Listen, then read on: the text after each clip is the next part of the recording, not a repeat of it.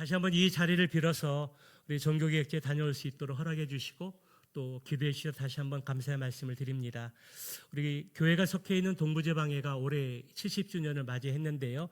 이 뜻깊은 70주년을 어떻게 보내게 될까 1년 전에 계획을 하는 가운데 이번 2년 전에는 우리가 이스라엘 성지순례를 계획을 했지만 전쟁으로 해서 다녀오지를 못했고 그 다음의 단계로 우리 종교개혁지를 다녀오자는 그런 계획들을 가지고 있었습니다.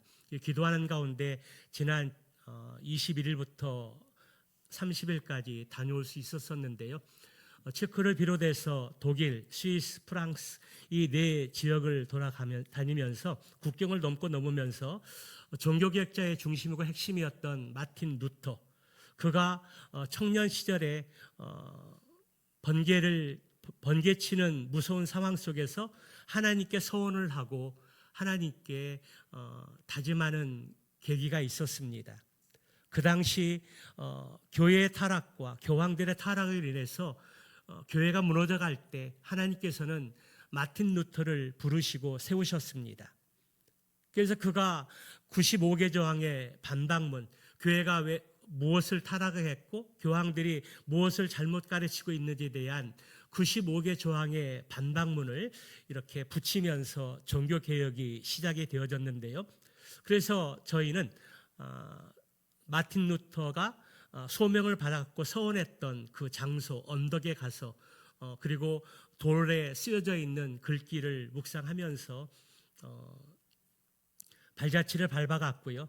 그리고 그가 성장하고 자랐던 집, 신학 공부했던 곳, 그리고 종교개혁을 단행하게 되고 95개 조항을 반박문을 붙였을 때 교황청에서 그를 소환하지요. 그 보름스 종교재판에서 그가 아주 담대하게 많은 신학자들과 의리의리한 신부들이 모여있는 그 종교재판 장소에서 하나도 거침없이 하나도 빠짐없이 그리고 담대하게 거침없이 95개 저항의 질문에 대해서 또박또박 성경을 중심으로 해서 답변을 했을 때 그 자리에 참석했던 모든 사람이 놀라는 것입니다. 거침없이 성경에 기록된 하나님의 말씀대로 증거했을 때 그 반박을 통해 그 증언을 통해서 그를 지지하고 따르는 사람들이 엄청나게 일어나게 되었습니다. 그 이후에 그가 생명의 위협을 느끼게 되었을 때 한 번도 만나보지 않았던 성안의 군주들이 그를 보호하고 군사들을 보내고 또 그를 몰래 피신시켜서 라틴어 성경을 독일어로 번역하고 그리고 많은 저술들을 쓰면서 종교개혁이 성공할 수 있었습니다. 종교개혁의 핵심은 오직 성경, 오직 예수 그리스도, 오직 믿음, 오직 은혜, 오직 하나님께 영광입니다. 그 5가지를 정신으로 삼아서 종교개혁을 시작을 했을 때 성공할 수 있었던 것은 하나님의 때와 합력하여 선을 이루시는 지지자들과 동행했던 동역자들이 있었기 때문에 가능했다라는 겁니다.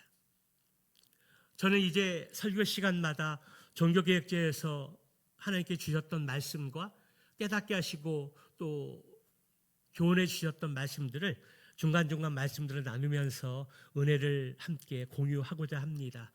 아무쪼록 10여일 동안 교회가 빈 상태에서 소천의 일도 있었고 여러 가지 일이 있었지만 우리 전사님을 중심으로 함께 합력해서 일들을 잘 또 마무리하고 오늘 주일 예배를 드리는 것이 참으로 하나님 앞에 감사하지 않을 수 없습니다. 다시 한번 이 자리를 빌어서 감사의 인사를 드립니다. 하나님께서 마틴 루터를 508년 전에 그를 부르시고 또 종교개혁을 단행을 해서 오늘날 교회가 여기까지 이르게 됐는데요. 오늘 설교의 주제의 말씀이 부르심에 합당한 삶입니다. 하나님께서 우리를 왜 부르셨을까? 하나님께 우리를 왜 세우셨을까? 그 의미의 목적들을 오늘 본문의 말씀을 통해서 깨닫고 발견하기를 소망합니다. 이 세상에 존재하는 모든 것들은 그것을 만들거나 설치한 사람들의 목적이 있는데요. 비행기는 하늘을 날기 위해서 만들어졌고 배는 바다를 항해하기 위해서 만들어졌습니다. 이정표는 운전자나 길을 찾는 이들에게 목적지를 안내해주기 위해서 설치되었고, 가로등은 어두운 밤거리를 밝혀주기 위해 설치되었다는 것입니다. 26년 전 하나님께서 행복한 우리 교회를 이곳에 세워주셨습니다. 그리고 많은 사람들을 오늘 예배 가운데 불러주셨다는 것입니다. 오늘 바울은 에베소 교회 성도들에게 하나님이 그들을 부르신 목적에 대해서 말씀하시면서 하나님의 부르심에 합당하게 행하라, 그렇게 말씀합니다. 아마도 바울이 에베소 교회를 세우고 3년 동안 이렇게 목회를 한 이후에 다른 지역으로 이전을 하고 지금은 감옥에 갇혀 있는 그러한 상황 속에서 애정을 가지고 에베소 성도들에게 하나님의 부르심에 합당하게 행하라고 다시 한번 도전하고 있습니다. 오늘 말씀을 통해서 우리가 어떻게 하면 하나님의 자녀다운 합당한 삶을 살 수 있는지를 또 우리 말씀을 통해서 깨닫고 삶의 자리에서 이 말씀을 실천하고 적용할 수 있는 믿음의 사람들이 다 되시기를 주님의 이름으로 축원합니다.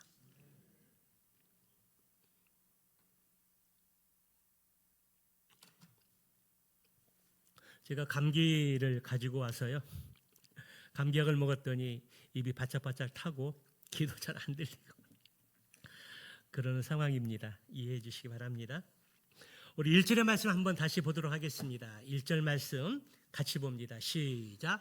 그러므로 주 안에서 갇힌 내가 너희를 권하노니 너희가 부르심을 받은 일에 합당하게 행하여. 바울은 오늘 에베소 교회 성도를 향해서 너희가 부르심을 받은 일에 합당하게 행하라고 도전하고 있습니다. 우리가 구원받기 전에 우리의 상태는 어떠했을까요? 에베소 2장 1절의 말씀에 보면 죄와 허물로 죽었던 사람이었습니다. 죄와 허물로 죽었던 우리의 삶들의 모습은 세상의 풍조를 따르고 육신의 정욕대로 살았던 사람들입니다. 육신의 마음과 육신과 마음이 원하는 대로 살았고 세상의 풍조를 따르며 본질상 진노의 자녀들이었던 것입니다. 그러나 긍휼이 풍성하신 하나님께서 그 크신 사랑으로 인하여 그리스도와 함께 우리를 살리셨고 그리스도 안에서 새 사람이 되게 하셨습니다. 무엇보다 신자들은 하나님의 그 은혜의 경륜을 따라서 이방인과 유대인이 하나 되게 하신 이 일에 부르심을 받았다라는 사실입니다. 그러므로 우리의 존재가 이렇게 신분이 바뀌었기 때문에 우리의 신분만 바뀌는 것이 아니라 우리의 삶도 변화되어야 한다라는 것입니다. 그렇다면 우리가 살아가야 할 삶의 표준이 무엇일까요? 2절의 말씀을 우리 한번 보도록 할까요? 2절의 말씀을 같이 봅니다. 시작. 모든 겸손과 온유로 하고 오래 참음으로 사랑 가운데서 서로 용납하고. 구원받은 그리스도인들의 삶의 표준이라 할 수 있는 것은 2절 마지막 절에 서로 용납하라는 것입니다. 여기 용납하라는 의미는 모든 상황을 너그럽게 받아들인다라는 의미입니다. 어떤 상황에서도 판단하거나 정죄하지 않고 있는 그대로 그의 보여지는 것보다 보여지지 않는 내면의 가치를 더 중요하게 여기면서 너그럽게 받아들이는 것을 용납이라고 할 수 있습니다. 그래서 우리의 성도 관계 속에서 용납하려면 요구되는 것이 있는데 그것은 먼저 겸손이라는 겸손이라는 것입니다. 겸손이라는 것은 자신을 낮추고 상대방을 높이는 것입니다. 빌립보서 2장 4절의 말씀에 예수님의 겸손의 모습이 나오는데요. 그것이 바로 자신을 낮추고 다른 사람을 더 세우는 것, 그것이 겸손이라는 것입니다. 고대 사회 속에서 이러한 겸손은 노예가 갖추어야 할 덕목이었는데요. 어느 부분에서 겸손은 비굴하고 굴욕적이라고 여길 때가 있습니다. 오늘날 우리 사회 속에서도 갑과 을이라는 이 논쟁이 종종 벌어집니다. 갑질을 했다느니 을의 입장에선 연약한 자는 피해 의식을 갖고 또 상처와 아픔을 갖고 갑질에 대한 대항을 하는 일들이 있습니다. 갑은 당당하고 자유롭고 상황을 주도합니다. 하지만 을은 비굴하고 굴욕적이며 상황에 끌려갑니다. 그래서 그 어느 누구도 을의 입장에 서기를 싫어합니다. 그런데 사실 겸손이라는 것은 을의 입장에 가깝습니다. 자기를 낮추고 상대방을 인정하는 태도가 바로 겸손이기 때문입니다. 이러한 태도를 가지고 사는 일이 참으로 괴롭고 싫습니다. 하지만 그렇게 겸손한 입장에 서 있는 사람이 상대방을 너그럽게 받아줄 수 있습니다. 용납할 수 있다라는 것입니다.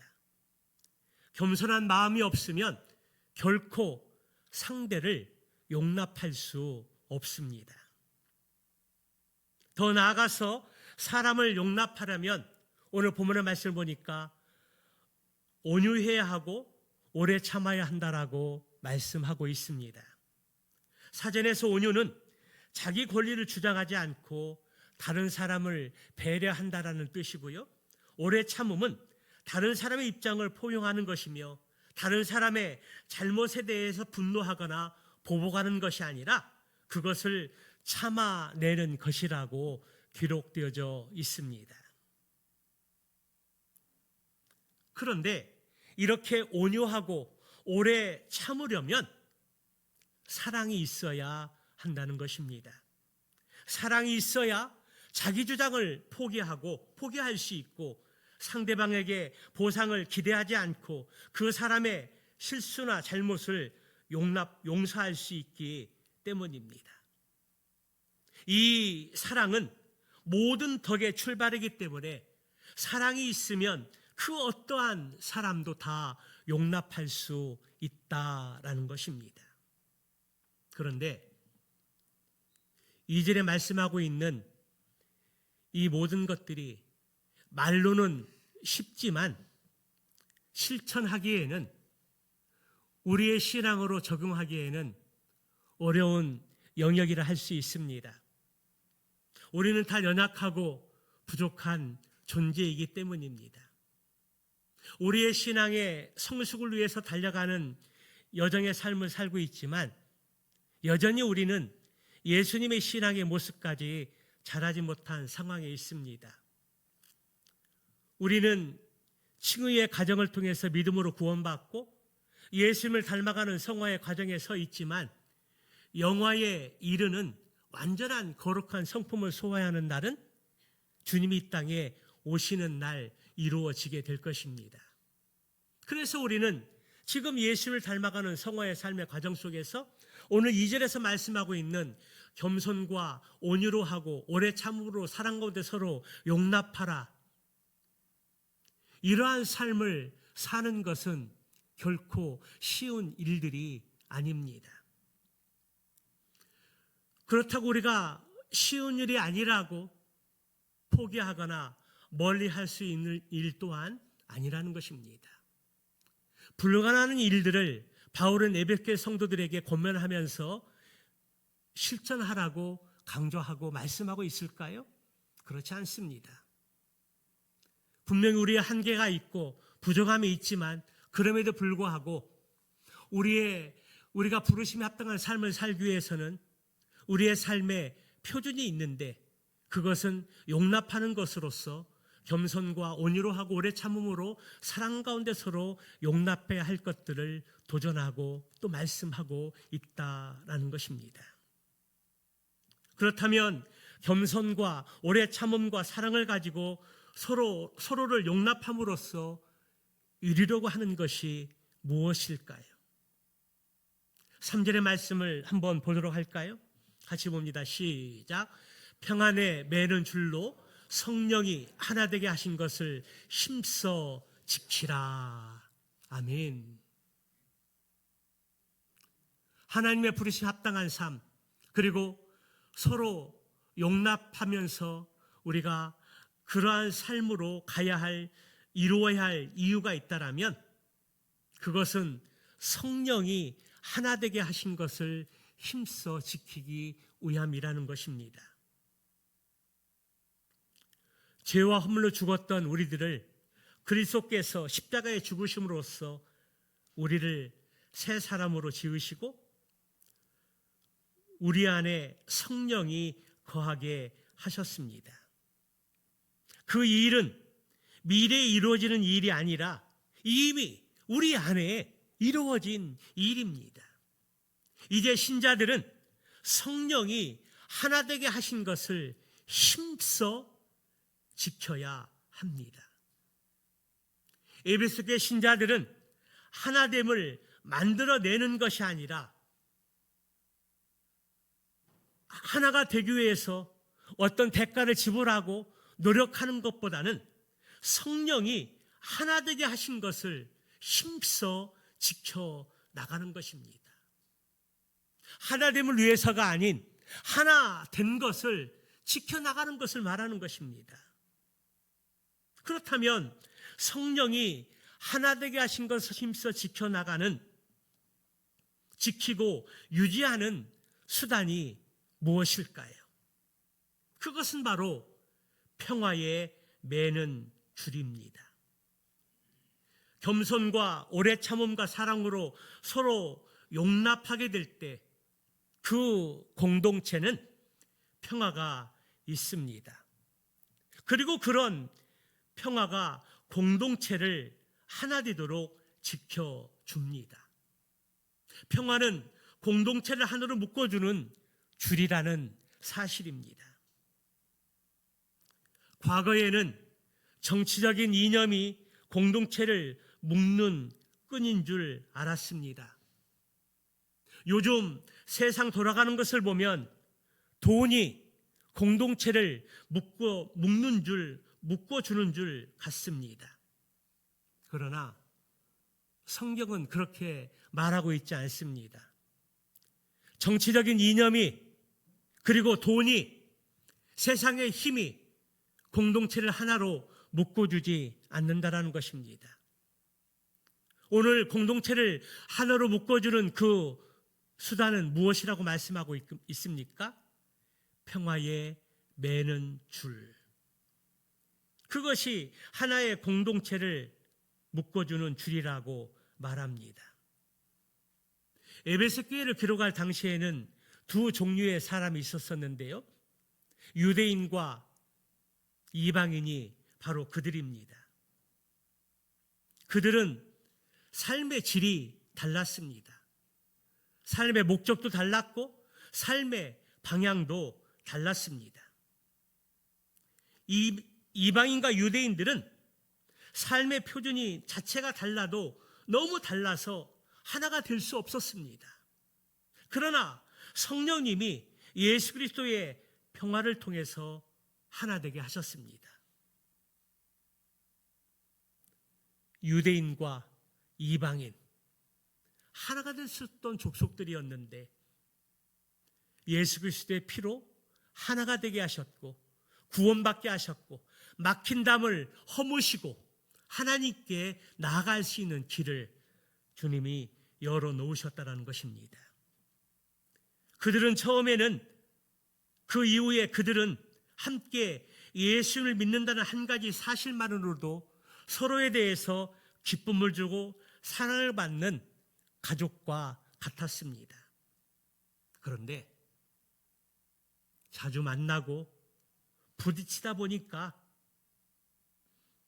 한 가족으로 사는 일이 장난이 아니었습니다. 다른 식성을 맞추려고 하다가 지쳤고 다른 사고방식을 용납하고 이해하려고 하다가 피곤했습니다. 결국 자기 성깔이 나오고 본성이 터져 나왔습니다. 그렇다고 그들이 서로 나무로 갈라서야 할까요? 그렇지 않습니다. 성령께서 어떻게 하나 되게 하신 것을 깨닫고 힘써 지켜 나가야 합니다. 나의 방식과 나의 지식과 나의 경험을 앞세우지 않고 성경에서 말씀하고 있는 원리가 무엇인지, 성령이 어떻게 우리를 하나 되게 하셨는지 성경으로 돌아가서 하나님의 말씀으로 하나가 되기를 힘써야 한다라는 사실입니다. 여러분, 우리가 왜 하나가 되기를 힘써야 할까요? 불편하고 신경 써야 할 일들이 많은데 왜 성령 안에서 하나 된 것을 힘써 지켜야 할까요? 5절 6절을 함께 다시 보도록 하겠습니다. 같이 봅니다. 시작. 주도 한 분이시요 믿음도 하나요 침례도 하나요 하나님도 한 분이시니 곧 만유의 아버지시라. 만유에 계시고 만유를 통일하시고 만유 가운데 계시도다. 우리가 믿는 하나님은 성 삼위일체 하나님이심을 믿습니다. 믿습니까? 한 분 성령 하나님은 모든 신자를, 즉 한 가족을 지으셨습니다. 한 분 성자 예수 하나님은 한 믿음과 한 소망과 한 침례를 만드십니다. 그리고 한 분 성령 하나님은 한 몸을 지으십니다. 성부, 성자, 성령 하나님이 한 분이시기 때문에 그리스도인 가족도 하나이고 믿음도 소망도 침례도 하나이며 교회도 하나인 것입니다. 그러므로 우리는 하나됨을 힘써 지켜야 합니다. 여기서 우리가 하나가 되게 하는 가장 근본적인 이유에 대해서 생각해 볼 수 있습니다. 우리가 하나 되는 그 일은 인간의 이상이나 비전이 아니라는 것입니다. 하나됨은 하나님의 뜻입니다. 또 하나가 되는 이 일은 사람의 노력이나 능력으로 되는 것도 아니라는 것입니다. 삼위의 하나님께서 친히 이루신 일입니다.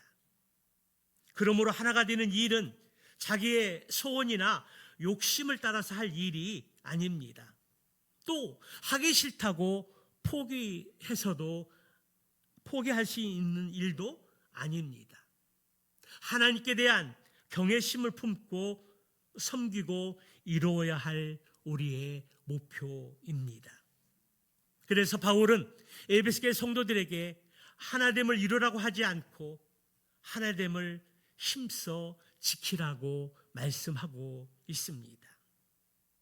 하나됨을 지키는 일이 어려워서 포기하고 싶을 때도 있고 꼭 하나됨을 이루어야 하는가에 대한 회의를 가질 때도 있을지 모릅니다. 그러나 하나가 되게 하신 이 일은 성부, 성자, 성령 하나님이 하신 일입니다. 그리고 걸어가신 하나님의 간절한 소망이기도 합니다. 또한 전능하신 하나님이 이루실 일입니다. 우리가 지치고 고달파도 하나님을 경외하며 바라보면서 다시 일어나 걸을 수 있고 하나됨을 지킬 수 있습니다. 그런데 하나됨을 강조하다 보면 교회는 개성도 없고 다양성도 없을 것이라는 걱정이 생깁니다. 과연 교회는 다 똑같은 획일적인 모습만 있을까요? 그렇지 않다라는 것입니다. 우리 7절의 말씀을 보도록 할까요? 7절의 말씀을 봅니다. 시작. 우리 각 사람에게 그리스도의 선물의 분량대로 은혜를 주셨나니. 바울은 먼저 교회의 하나됨, 다시 말하면 통일성을 강조했습니다. 그러나 이제 다양성을 말합니다. 교회의 통일성은 획일성을 말하는 것이 아닙니다. 즉 붕어빵 개념이 아니라는 것입니다. 교회는 다양함이 있습니다.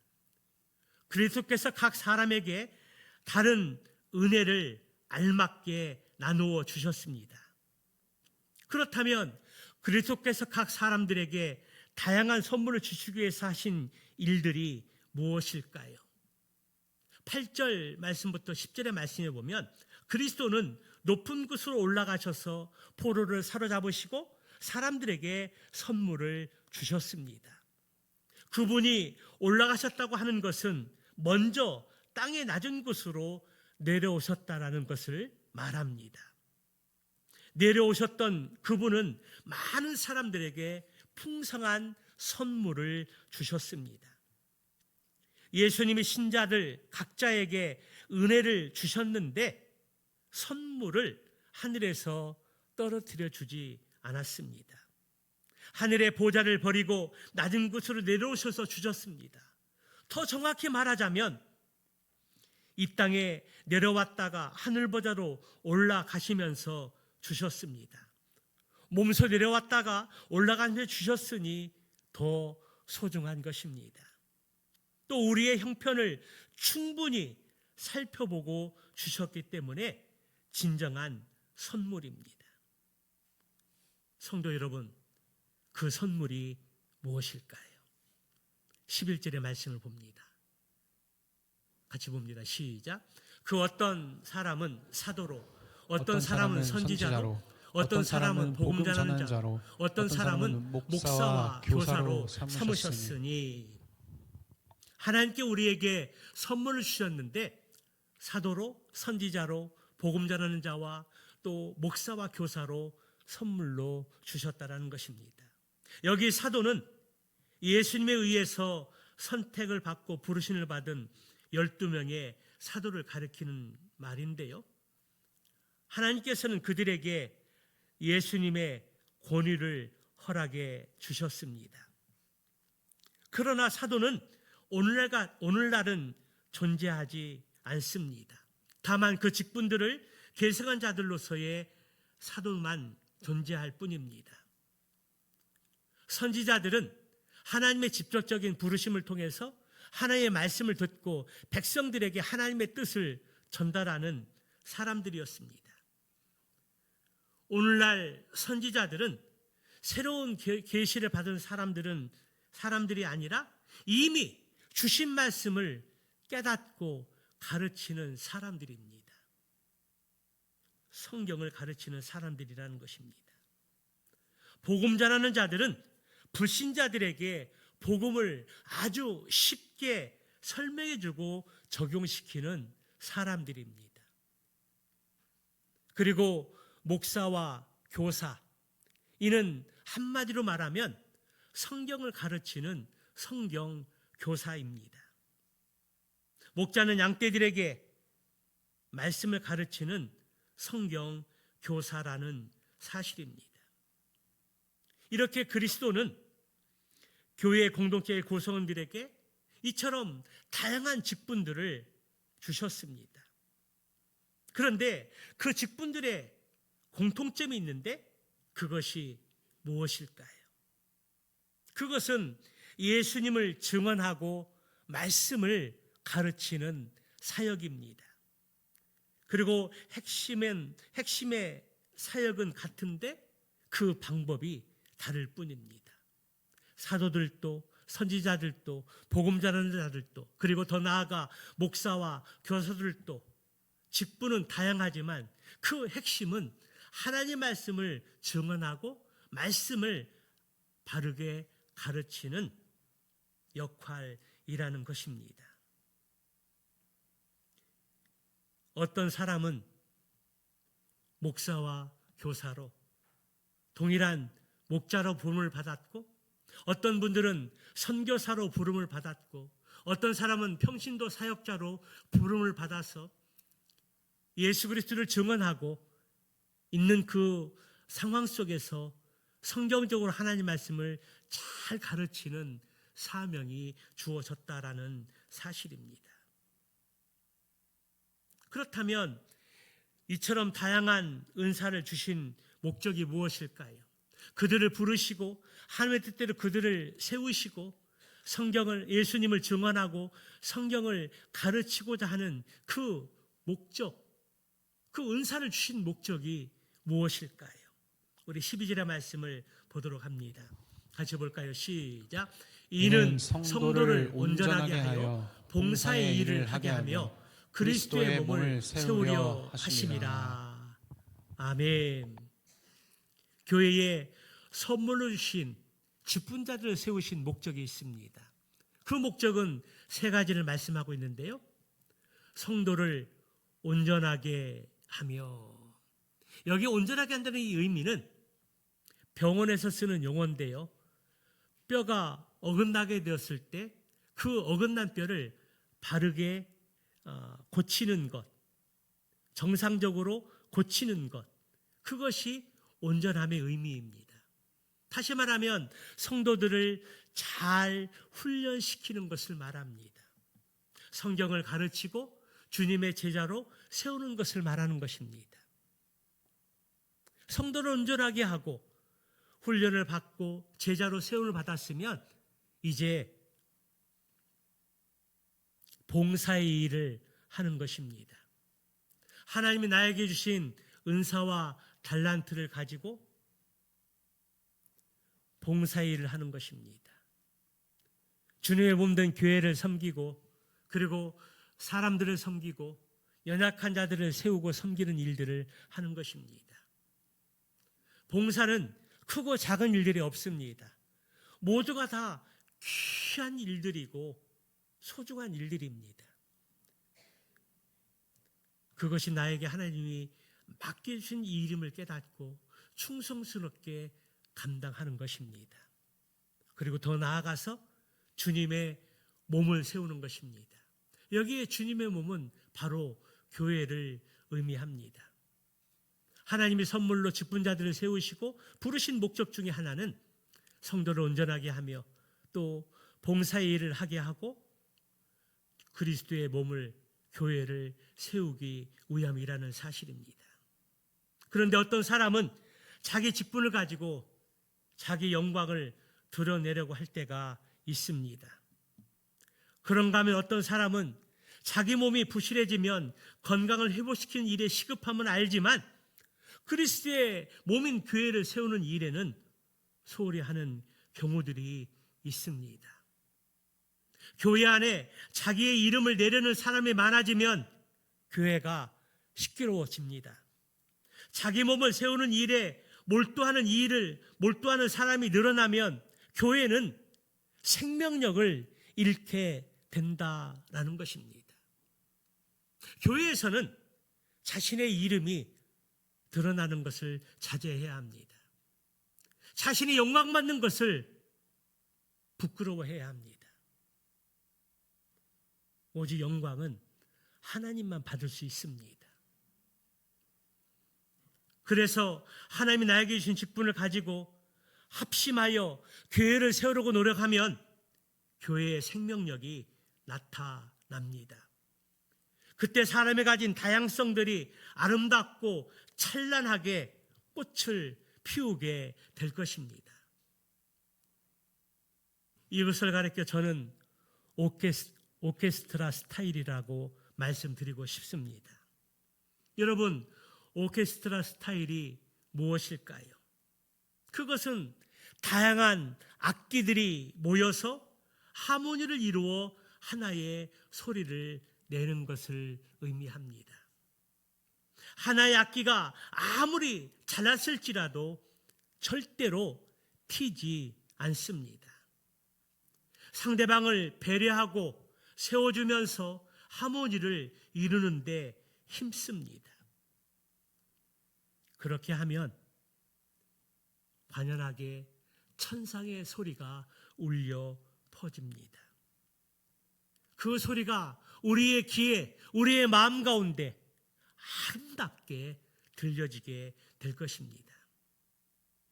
오케스트라는 서로의 다른 악기의 어울림입니다.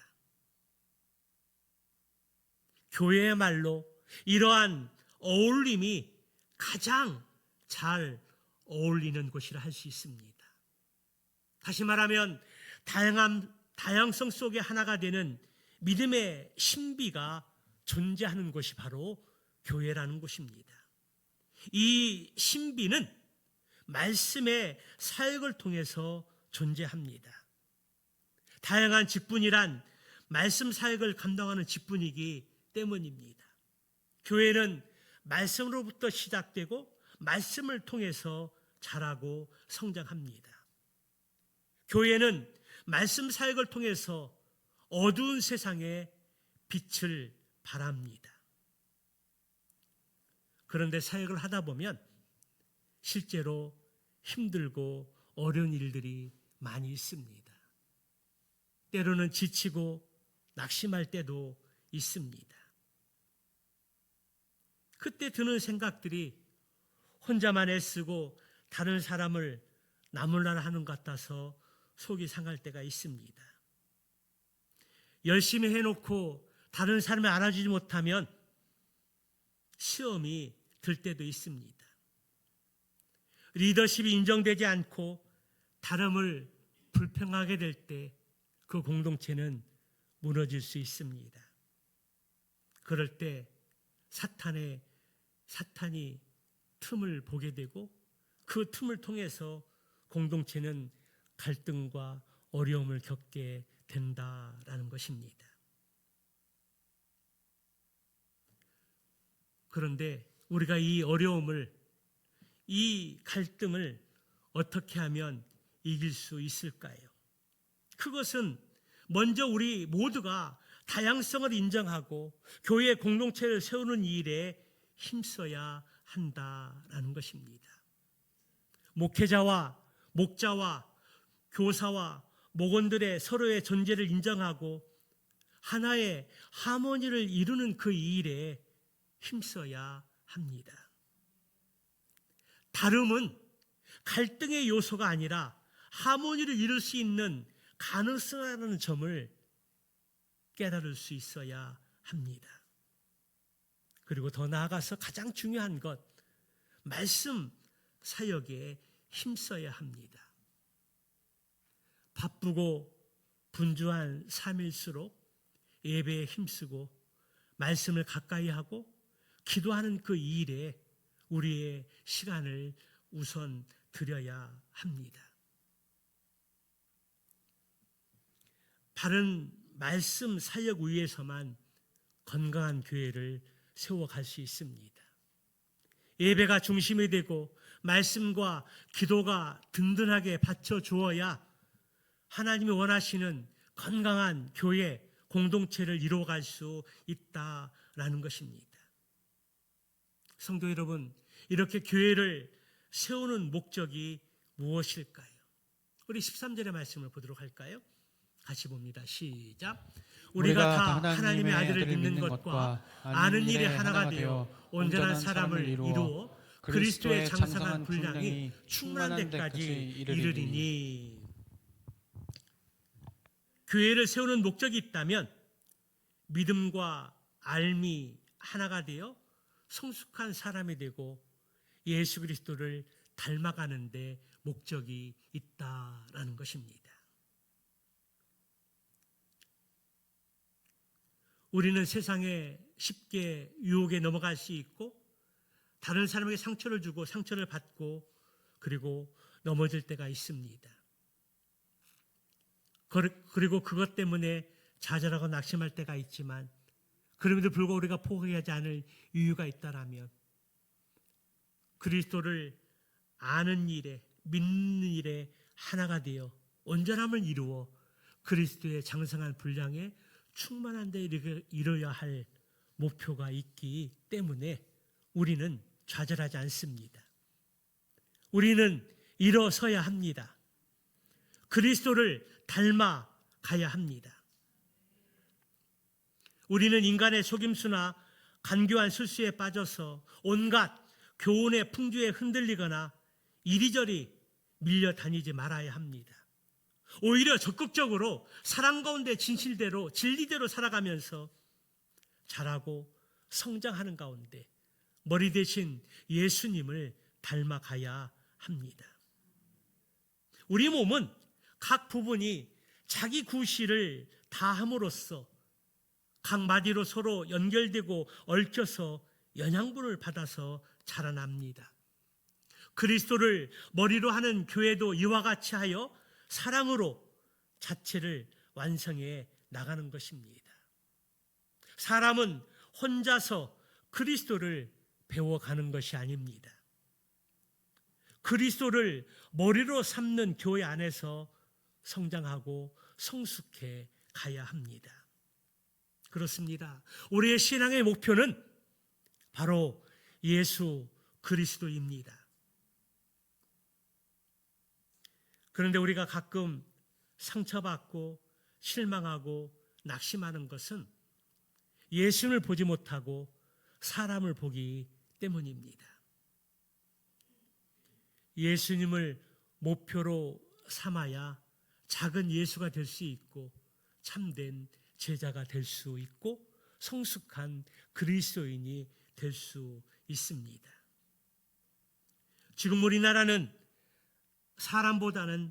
사랑보다는 미움, 화합보다는 분열, 통합보다는 갈등의 분위기가 사회 전반에 조성되어 있습니다. 우리가 속한 공동체 내에서도 갈등과 아픔들이 늘 존재합니다. 그렇다고 우리는 주저앉거나 낙심하는 것으로 끝나지 않습니다. 왜 그럴까요? 하나님이 우리를 부르신 분명한 목적이 있습니다. 그것은 서로 용납하는 가운데 있는 그대로 모습으로 받아들이고 더 나아가서 교회의 공동체 안에서 서로 하나님의 말씀으로 세워가며 그리스도를 닮아가는 일들이 우리의 중요한 삶의 이유이기 때문입니다.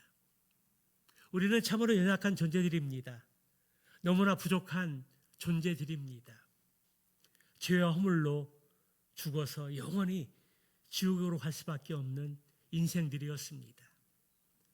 그런데 하나님께서 우리를 큰 사랑으로 품어주시고 긍휼을 베풀어 주셔서 예수 그리스도의 보혈의 피로 우리를 구원해 주시고 하나님 자녀 삼아 주셨습니다.